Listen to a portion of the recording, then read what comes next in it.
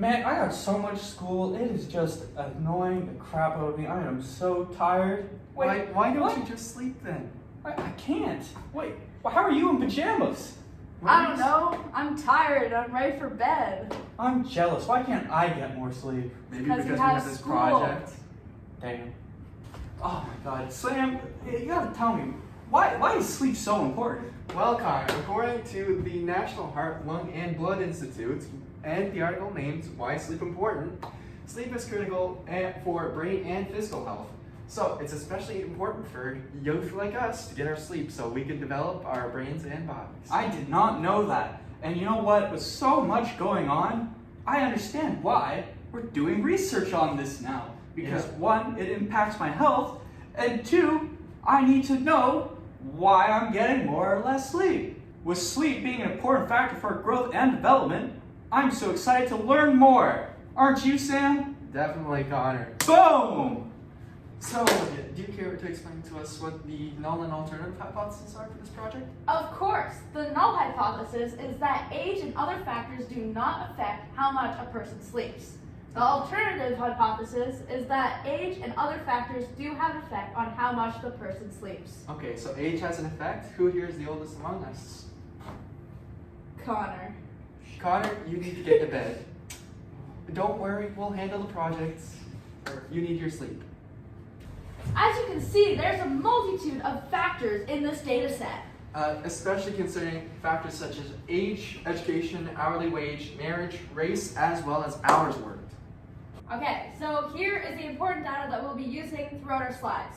So first we have age, mean being 39, max being 65, minimum being 23, and then median being 36.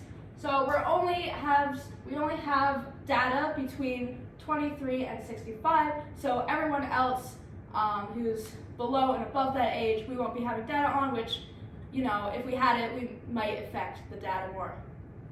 Alright, so the next part, naturally as age progresses, so does education. What we found was that our mean education was 12.78. This could be due to factors such as high school students perhaps only going on to complete 1 year of university before dropping out. Our max for education was 17 years, which could be influenced by factors such as postgraduate education, master's degrees, whatever it may be. Minimum is 1, which could be considered an outlier in our data, considering that most of the time people go from grade 1 to grade 12, which is our median here. And then we have sleep, which is minutes at night per week. So the mean being 3,266, max being 4,695, minimum being 755, and then median being 3,270, with the max being 11 hours per day per night. That's a lot.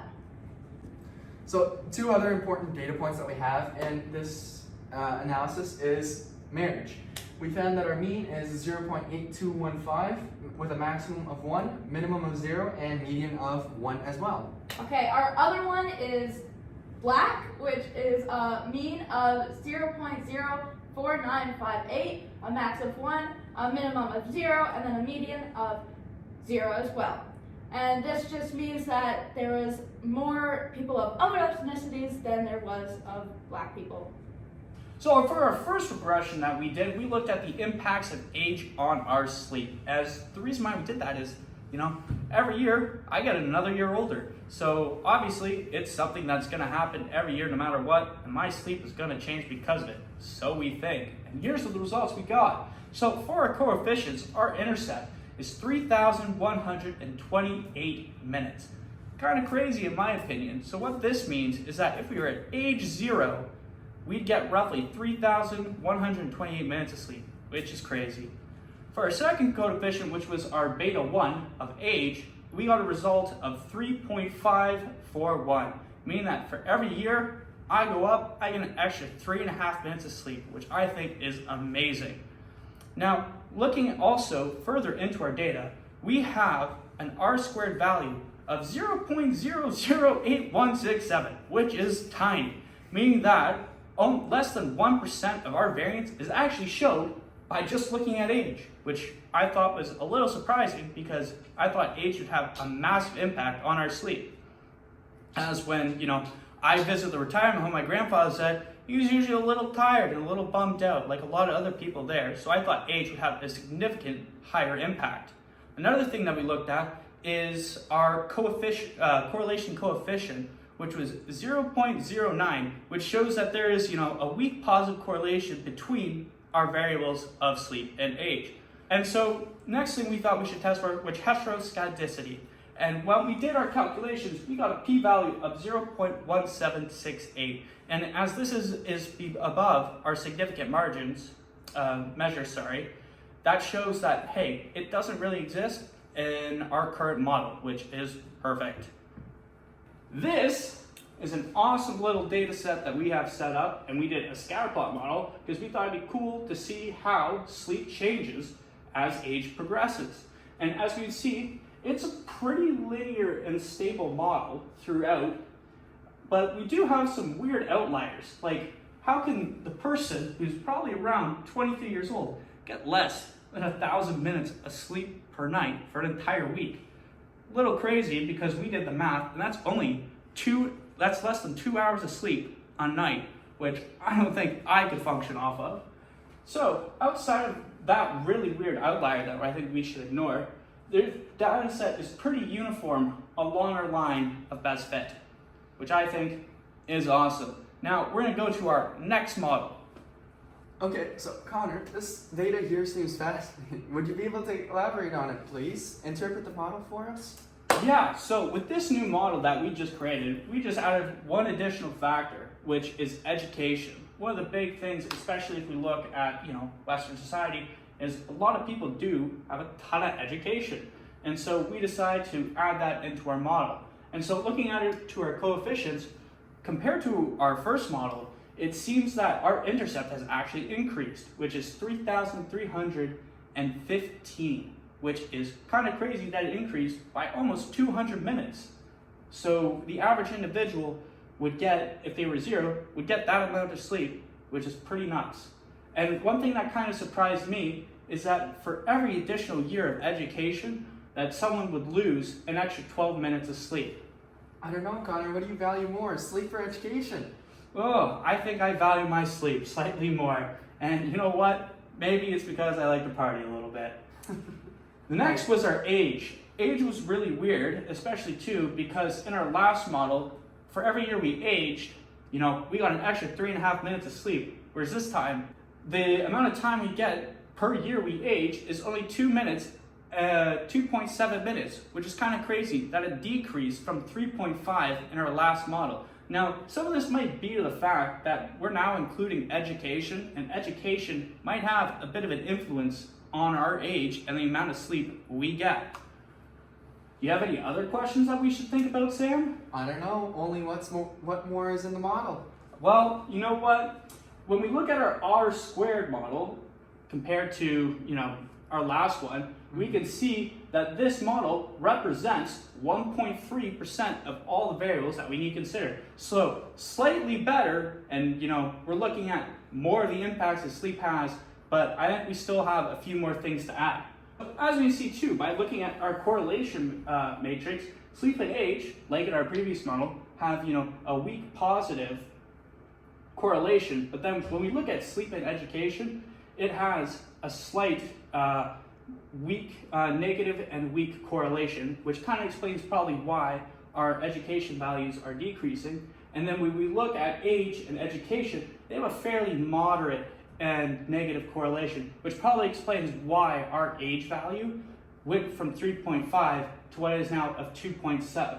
Another thing that we should look at as well is our p-values. And so within this model, we can see that education isn't very significant within this model, whereas education has a much higher significance, which I think is really interesting.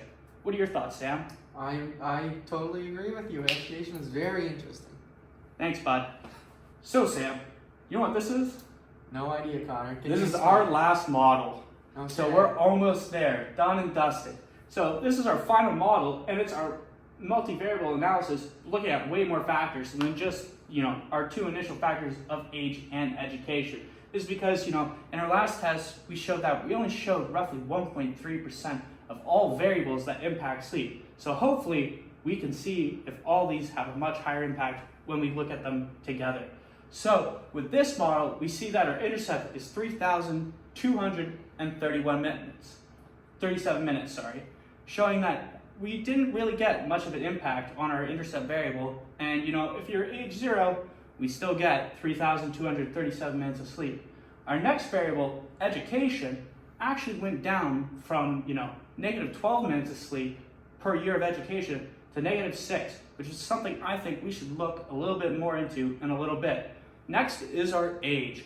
Our age, for every year we age, you'll get an extra 1.9 minutes of sleep. You think that's enough, Sam? I definitely don't. I think we need an extra hour of sleep. I feel you, but it's really interesting as well how it decreased again.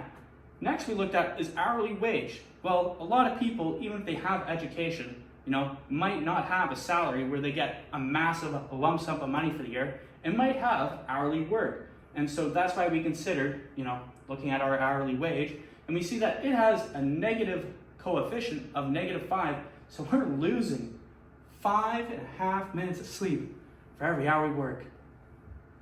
Don't think that should be happening. The next is married, because, a lot of people get married, right? Yeah. Well, that's the goal, isn't it? For some.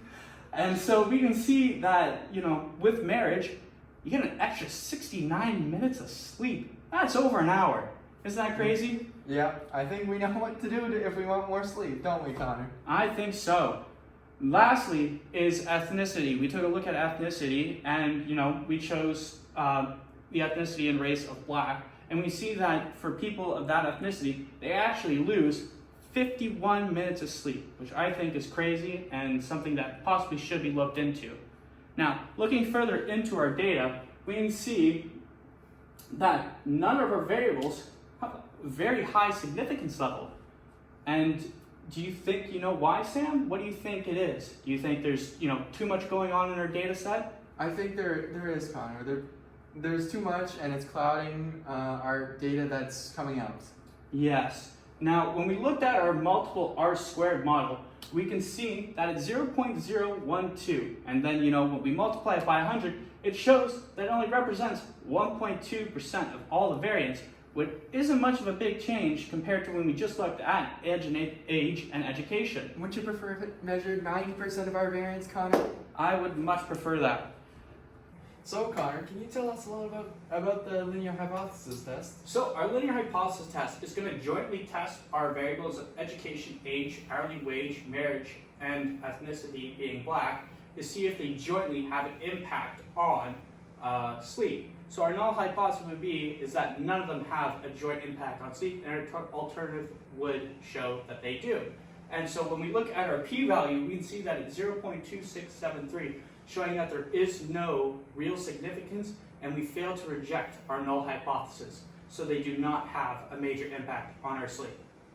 So in conclusion, we accept the null hypothesis, showing that age and other significant factors like education do not affect how much we sleep.